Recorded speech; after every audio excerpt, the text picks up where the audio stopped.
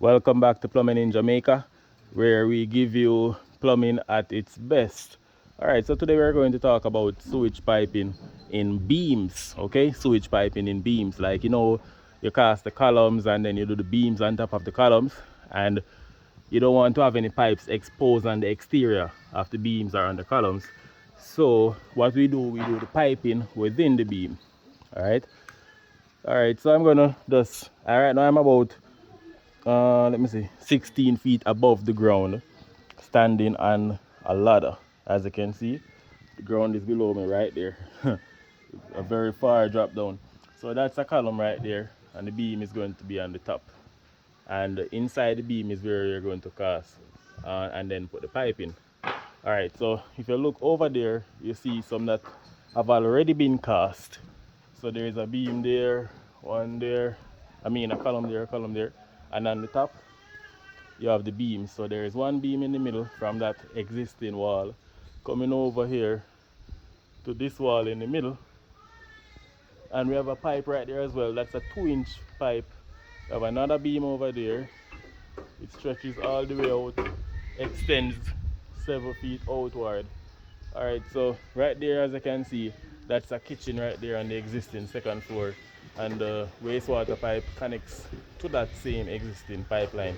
But as you know, for kitchen we normally have like a, what do you call it, we have a grease trap. Alright, so that's that. So that's a beam right there. Alright, so let's focus on this particular piping right here. As you can see, my co-worker is beside me, Pejadan. You see him out there? Yeah, he's on that beam. Yeah. Alright, so this is the particular piping we're going to be focused on. Alright, so right here, a bathroom will be right here when the flooring is cast on top of these beams. And bathroom have toilet, and it has face basin as well as a shower. So right here you can see we have the pipe projecting from where the beam will be, and right there we have a 45-degree elbow or a 45-degree bend connected to a 90-degree bend right there.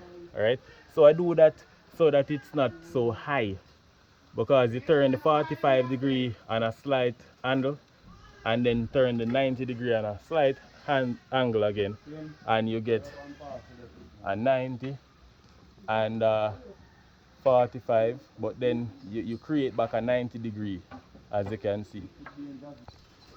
Alright, so when you use a 90-degree bend with a 45-degree bend, it gives you a better slope as opposed to the 90-degree sharp bend. So that's what we did right there. As you can see, 45-degree bend, 90-degree bend gives you a perfect slope. So once the sewage comes down in that pipeline, it drops 45-degree down, then 90-degree down, and that pipe from here going down to the wall, you have to put a slope on that pipeline as well. So down the end we have a 90-degree bend, just the same, where it goes down. So see it, pipeline stretches out 45-degree, 90-degree, goes down to the end, then we have a 90-degree bend. I'm going to go down now to show you where that pipe comes out.